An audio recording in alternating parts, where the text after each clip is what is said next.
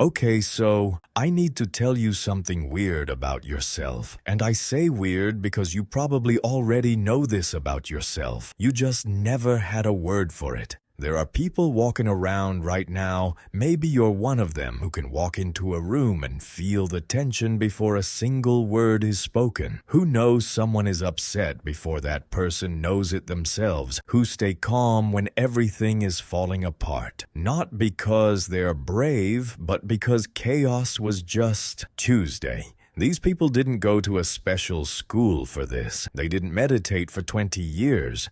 They didn't read a book about emotional intelligence. They learned it the hard way. And psychologists have a name for what they built. It's called traumatic intelligence. And if this is the first time you're hearing that phrase, buckle up, because what I'm about to describe might explain your entire life. Here's the thing about trauma that nobody puts on a poster. It doesn't only hurt people. Sometimes in very specific, very measurable ways, it sharpens them. Developmental psychologists have found that kids who grow up in unpredictable, emotionally complicated environments develop something unusual. Their brains, specifically the amygdala and the prefrontal cortex, get wired early to detect signals that most people completely miss. The result is a type of intelligence that looks invisible from the outside, but runs incredibly deep on the inside. Let me show you what I mean. Sign 1.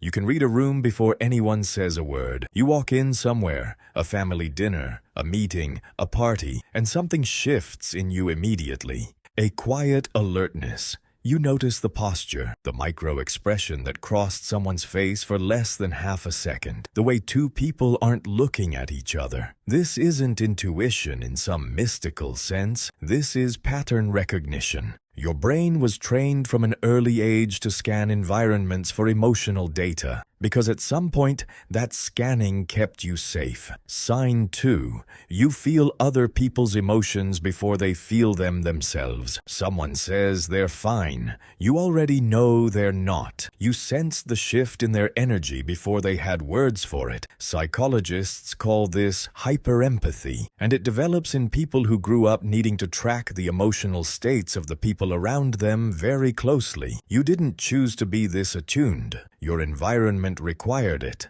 The thing nobody tells you is, this is exhausting in a way that's really hard to explain to someone who doesn't have it. You absorb everything, all the time, whether you want to or not. Sign 3. You are weirdly calm in a crisis. Things fall apart around you, and something in you goes quiet and strategic. You don't freeze, you adapt.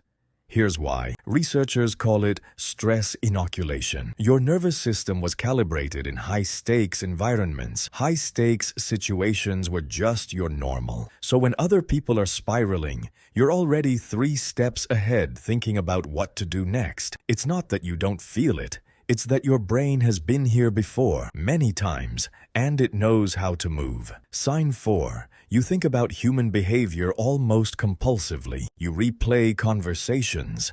You analyze why people did what they did. You search for meaning in actions that other people don't even register. You became a student of human nature, not because it was interesting, but because understanding people felt essential, like survival depended on it.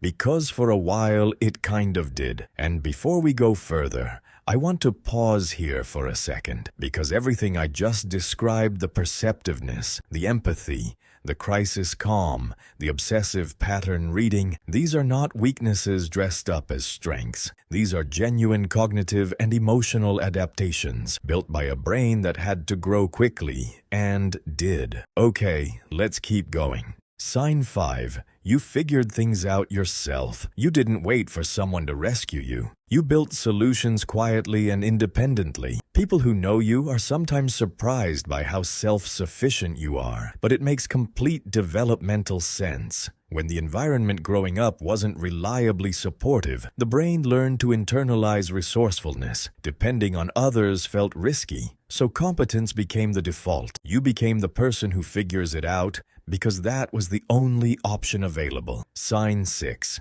Everything hits you harder than it seems to hit other people. Music, injustice, a kind gesture from a stranger. The ending of a story that most people just shrug off. The amygdala, which processes emotional experience, becomes highly sensitized through repeated emotional activation early in life. The result is a person who doesn't just observe the world, they feel it at a frequency most people don't have access to. Same sensitivity that made the hard things harder makes the beautiful things hit different. Cognitive psychologists call this adaptive skepticism. Your brain learned early that not all signals of safety were genuine, so it built filters.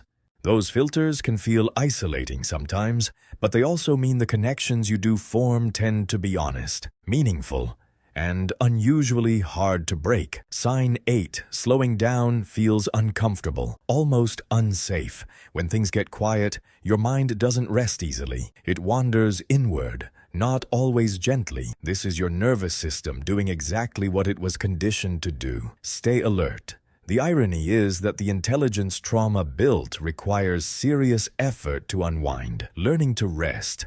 Actually, rest is one of the hardest things for someone with traumatic intelligence, because it means telling your brain something it's not sure it believes yet, that the threat has passed.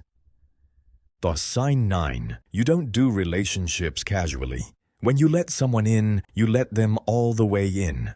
The walls are high, but the door, once open, opens completely. This is because your experience of connection was never simple. It was complicated, layered, sometimes painful. So you learned to take it seriously, in a way that people who had easier beginnings sometimes don't. And sign 10, the one that I think matters most. You carry a quiet but unshakable sense of meaning. You don't move through life casually.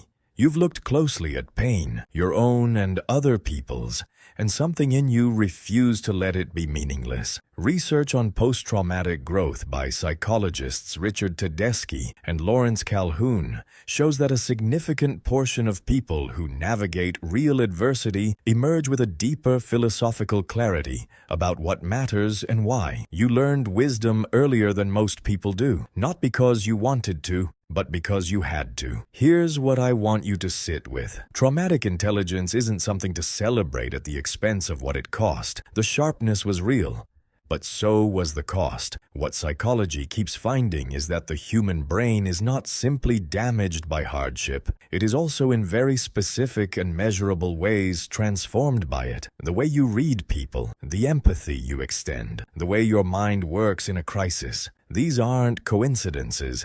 These are the architecture of a mind that had to grow fast and did. You didn't just survive something, you built something, and it's time you knew what it was. If this explains something about yourself that you've never quite had a name for, subscribe, because every week on Xeno Minds, we go deeper into the psychology of who you are and why you are the way you are. And the next video is going to show you something about your own patterns that you've never been able to see clearly before.